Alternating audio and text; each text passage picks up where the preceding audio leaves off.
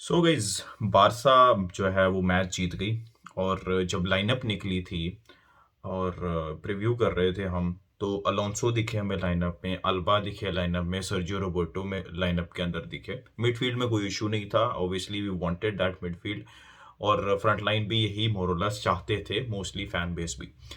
तो थोड़े से क्वेश्चन मार्क्स थे, और मैं मतलब प्रीव्यू के अंदर ये कह रहा था कि आई होप कि बारसा ये गेम जीत जाए, क्योंकि अलोंसो अल्बा दो लेफ्ट बैक को स्टार्ट कराना, अलोंसो को फिर सेंटर बैक स्टार्ट कराना, लेफ्ट सेंटर बैक स्टार्ट कराना, बहुत क्रिटिसिज्म मिलना था अगर चीज़ें सही नहीं जाती। So I am glad for the sake of Xavi, क्योंकि इंजरीज हैं और जो प्लेयर्स हैं पीके और एरिक गार्सिया इतना अच्छा परफॉर्म नहीं कर रहे।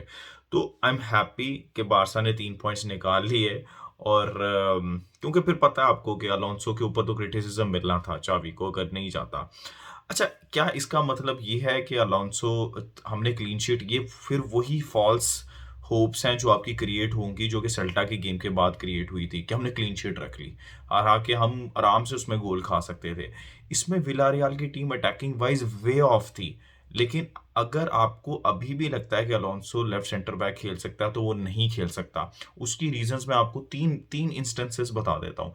इस गेम का ये मतलब नहीं होना चाहिए कि हम कंटिन्यू करें। अगर क्रिस्टनसन वापस आ जाता है, आई वुड स्टिल प्रेफर कि एरिक गार्सिया को आप अलोंसो के ऊपर स्टार्ट कराएं। उसकी मैं तीन इंस्टेंस आपको बता देता हूँ।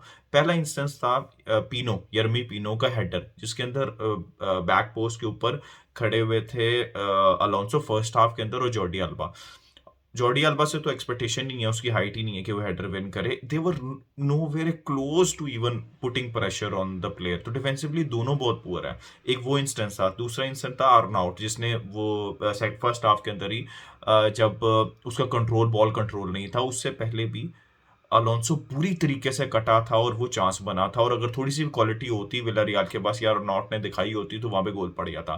फिर तीसरे सेकंड हाफ के अंदर तीसरा चांस आपको याद होगा, हैंडी के ऊपर मोरेलेस का, ठीक है, जिसमें उसने आराम से टर्न अराउंड किया अलोंसो को और शॉट जो है वो वाइड मारती, हालांकि ओपन गोल था सामने।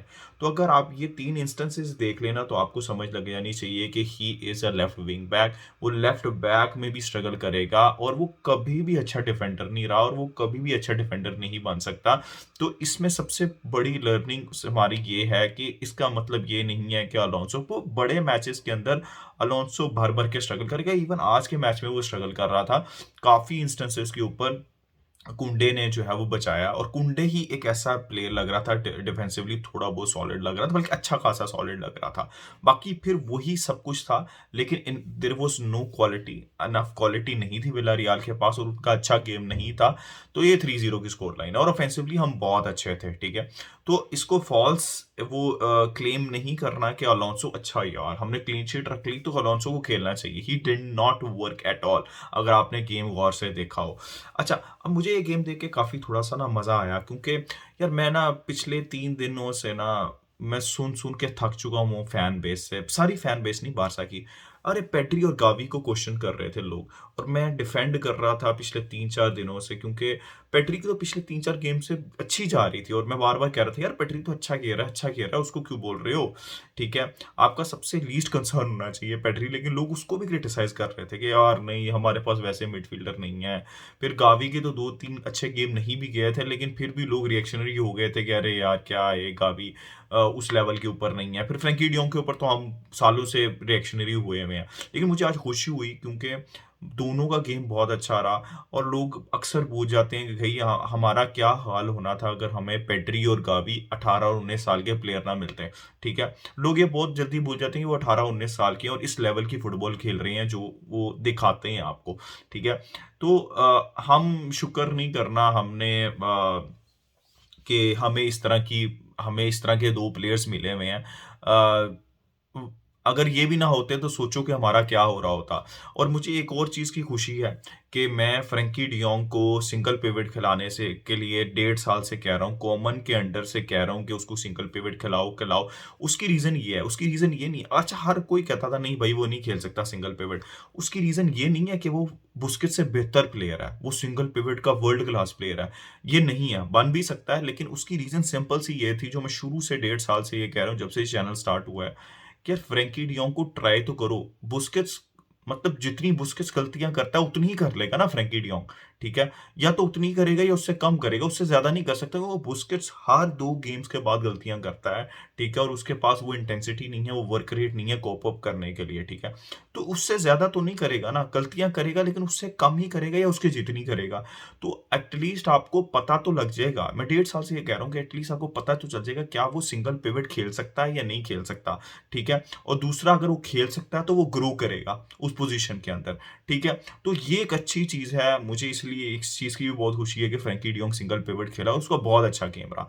अब इसके अंदर आपने बिल्डअप करना है, आपने अब हम एज अ फैन बेस हमने रिएक्शनरी हो जाना है, ठीक है?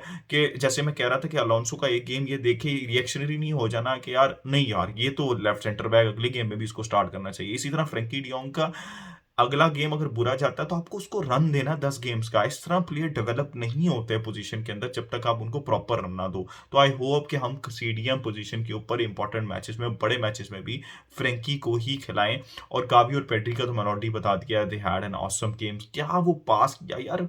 अगर लोगों को पेड्री की एबिलिटी में शक है तो वो जो जॉर्डी अल्बा का पास था और लेवेंडोस्की का गोल था, तो यार he has that technical ability, right? तो मेरी समझ से बाहर है कि लोगों को अभी भी अगर पेड्री की एबिलिटी के ऊपर शक है तो I can not do anything to convince you people guys. तो फिर मुझे एक अच्छी खुशी मिली कि मैं 2-3 महीने से एक प्लेयर को डिफेंड कर रहा हूँ और कह रहा हूँ कि यार वो अच्छा टेक्निकल प्लेयर है, उसकी आउट ऑफ फॉर्म हुआ है, उसका कॉन्फिडेंस कम है। That was Ferran Torres.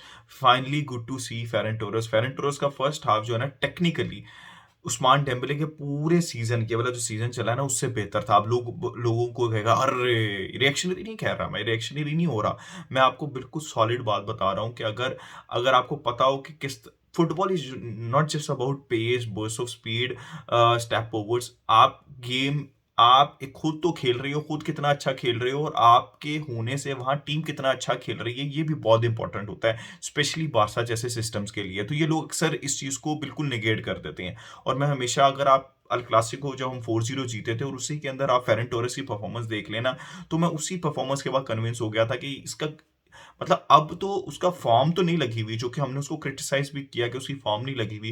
लेकिन उस गेम को ही आप सिर्फ देख लेना तो आप कन्विंस अगर नहीं होते कि is a very good technical player जो कि टीम को जोड़ के रखता है और he is very good on the ball, he really gives the ball away. आपको फ्रस्ट्रेशन बहुत ज्यादा नहीं होती जब आप फेरन टोरेस को देखते हैं। सेम गोज फॉर एंसू फाटी एज वेल, ठीक है? सो गुड टू सी क्या उसने मतलब बॉल बना के दिया उसको आंसू फाटी का, जो उसने बिल्कुल ऑलमोस्ट मिस कर दिया था। But good to see Ansu Fati on the score sheet as well. Lewandowski की यार कितनी तारीफ करूं मैं, जितनी तारीफ करूं उतनी कम है यार। क्या बेहतरीन गोल किया यार उसने, यार क्या पहला गोल वो जो उसने टर्न किया यार, that was absolutely world class and amazing. मतलब लेवेंडोस्की तो जितनी तारीफ तारीफ करें कम है। He is the man, top scorer of La Liga, 600 career goals club and country. तो भाई ही इज अमेजिंग। और उसके बारे में क्या बात करूं मैं, वो तो उसका ब्रेड एंड बटर है जो भी वो करता है।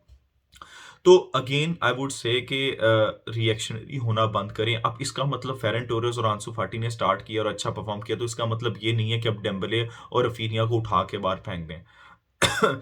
इसी तरह इंप्रूव करते हैं प्लेयर्स और रिएक्शन ही मत हुआ करें।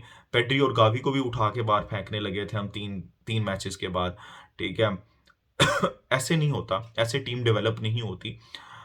आपको जैसे मैं डेम्बले की एग्जांपल देता हूँ ना, मुझे ऐसा लगता है कि डेम्बले बारसा के सिस्टम में फिट नहीं है। ये मेरा एक ओपिनियन और ये मेरा 2 साल से ओपिनियन है, ठीक है? अब वो चेंज करते, वो अभी तक उसने चेंज नहीं किया, तो I will truly accept that. लेकिन अपना एक ओपिनियन बनाए, प्लेयर को टेक्निकल एबिलिटी देखें, बारसा का सिस्टम देखें और अपना एक ओपिनियन बनाए और उस प्लेयर को एक फेयर चांस दें, ठीक है? जैसे हमने डेम्बले को 6 साल दिया ना, तो कम से कम आप बाकी प्लेयर्स को 1 साल तो दे सकते हैं ना। और उसके बाद उसको जज करें कि वो फेलियर है या सक्सेस है, and that's about it, right? Barca का गेम का विलारियल कुछ मतलब it was not a proper defensive test, ठीक है? और 2-3 जगह पे हम टेस्ट हुए, स्पेशली अलोंसो, तो वो उस टेस्ट में अच्छा नहीं उतरा। उसकी बॉल डिस्ट्रीब्यूशन अच्छी थी and that's about it, right? Jordi alba वही लेफ्ट साइड के ऊपर फ्री रोल के अंदर वो अच्छा खेलता है, डिफेंसिवली वाज पुअर। रोबर्टो भी डिफेंसिवली पुअर ही था, ठीक है? कुंडे वाज द ओनली पर्सन, और यही एक्सपेक्टेशन है हमारी, जो कि डिफेंसिवली सॉलिड दिखा।